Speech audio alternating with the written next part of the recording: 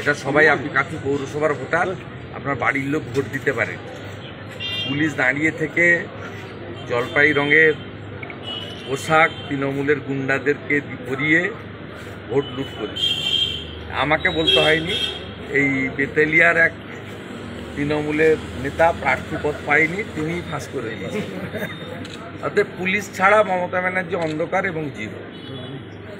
দাদা 36% দিয়ে এসএলএসটিতে নিয়োগের দাবি 36% না 40%ই বাকি আছে। 4% ঘোষণা করেছেন, এখন 36% ফারাক করে কোনো লাভ হবে না, মাত্র 700-800 টাকা বাড়বে, এটাতে কোনো লাভ হবে না। কারণ জানুয়ারি মাসে এবং জুলাই মাসে প্রতি বছর দুবার করে ভারত সরকার ডিএ বাড়ায়, আর ডিএটা মমতা ব্যানার্জির ব্যক্তিগত ইচ্ছায় নির্ভর করে না, এটাতে বাজার দরের উপরে সমতা রেখে করতে হয়।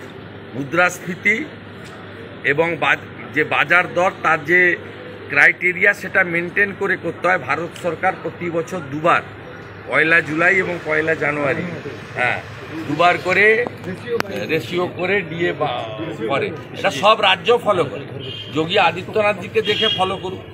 দাদা ওয়েবসাইটে মৃত দেখানো হচ্ছে কিন্তু প্রকৃতপক্ষে জীবিত মহিষাদলের ঘটনা, তার লক্ষ্মী ভাণ্ডার বন্ধ করে দেওয়া হয়েছে মহিষাদলে এক পরিবারের, কি বলবেন? হয়তো বিজেপি করে ওই জন্য বন্ধ করে। বিজেপি করলে যদি বন্ধ করার জন্য মৃত দেখাতে হয়, জ্যান্তকে মৃত দেখাতেও এরা পারে। যে মুখ্যমন্ত্রী তার ডক্টরেট আগে লিখতো, লেখে না, যে মানে ভুয়া ছিল, জ্যোতি বসু ধরেছিল যে ডক্টরেট নেই, জর্জিয়া ইউনিভার্সিটি বলে কিছু নেই। যে মুখ্যমন্ত্রীর চোর ভাইপো, তিনি MBA লিখেছিলেন, পরে ধরা পড়ল যে এই ধরনের কোনো ইউনিভার্সিটি দিল্লি ইউনিভার্সিটির আন্ডারে নাই, MBA লেখে না। তাতে যাদের মিথ্যা লগ্নে জন্ম, তারা তো মৃতকে জ্যান্তকে মৃত, মৃতকে জ্যান্ত দুটো করবে। এখানে পুরসভা ভোটে বহু মৃত লোক ভোট দিয়ে গেছে, তৃণমূল পারে না এমন কোনো কাজ। দাদা অন্ডালে গণধর্ষণ, 20 দিন পরে পুলিশ বলছে হোটেলে খাইয়ে মীমাংসা মিটিয়ে নিন। অন্ডালে, দুর্গাপুরে, শিল্পাঞ্চলে গণধর্ষণ, পরপর 20 দিনে 3বার ব্যস্ত। নবান্ন নারীর সুরক্ষা নিয়ে প্রশ্ন উঠছে। কখনো বিরোধী দলনেতা কেন ঢুকেছিল সেই জন্য ব্যস্ত, 11 জন পুলিশকে সাসপেন্ড করেছে। এসএলএসটিতে নিয়োগের দাবি, আজ ফের চাকরি প্রার্থীদের সঙ্গে বৈঠক শিক্ষামন্ত্রী। কিছু হবে না, অষ্টডিম্ব। প্রথম কথা বলে রাখি,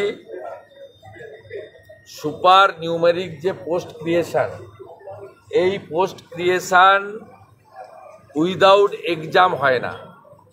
এ সম্পূর্ণ লোকসভা ভোটের আগে দেখনা হয় সোচনা হয়। খুব দুর্ভাগ্যজনক, কিছু আন্দোলনকারী 3.5 বছর জেল খাটা মালদেরকে নিয়ে গিয়ে আন্দোলন স্থলটাকে অপবিত্র করেছে।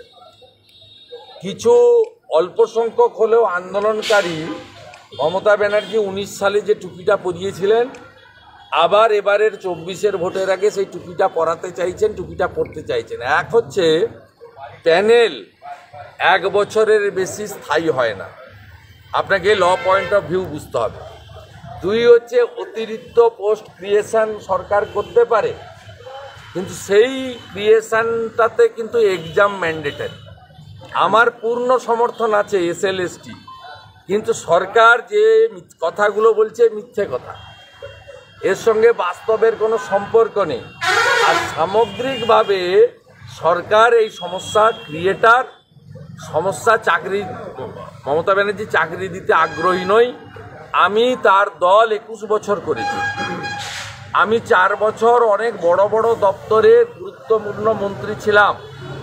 আমি যখন মুখ্যমন্ত্রীকে বড় বড় প্রজেক্ট করার কথা বলতাম, আমাকে মুখ্যমন্ত্রী বলতেন যে বড় প্রজেক্ট করার দরকার নেই, যা হচ্ছে হতে দাও, ভোটের আগে কিছু টাকা অ্যাকাউন্টে দিতে হবে, নইলে ভোট পাওয়া যাবে না। এই মানসিকতা এই মুখ্যমন্ত্রী। উনি আমাকেই বলতেন একটা চাকরি দিলে গ্রুপ ডিতে বা প্রাইমারিতে স্টার্টিংয়ে 25,000 টাকা বেতন দিতে হয়, তার বাড়িতে সর্বোচ্চ 5টা ভোট, 4টা ভোটও হতে পারে, বাচ্চাদের ভোট হয় না।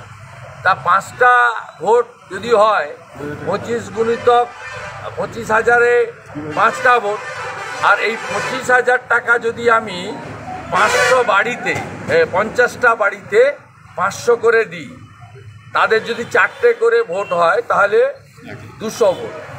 তাহলে আমি 5টা ভোট নেব না 200টা ভোট নেব? আমাকে জিততে গেলে একদিকে মুসলমানদেরকে বলতে হবে বিজেপি আসছে জুজু, এনআরসি হয়ে যাবে, তোমাদেরকে তাড়িয়ে দেবে। মুসলমানদেরকে বিজেপির ভয় দেখাবো, তাহলে 30% সলিড। বাকি আমাকে কিছুটা রুটি ছুটতে হবে। আমি 500 টাকা করে ঢুকিয়ে দেবো, ঢুকিয়ে দিলে আমি কিছু ভোট পেয়ে যাব। আমি সরকারে থাকবো, আর কয়লা বালি গরু সব খাবো, চাকরি বেচবো, ধান গম আটা চাল মিড ডে মিল সব খাবো, চুরি করব, আর ভাইপো টাকা পাচার করবে।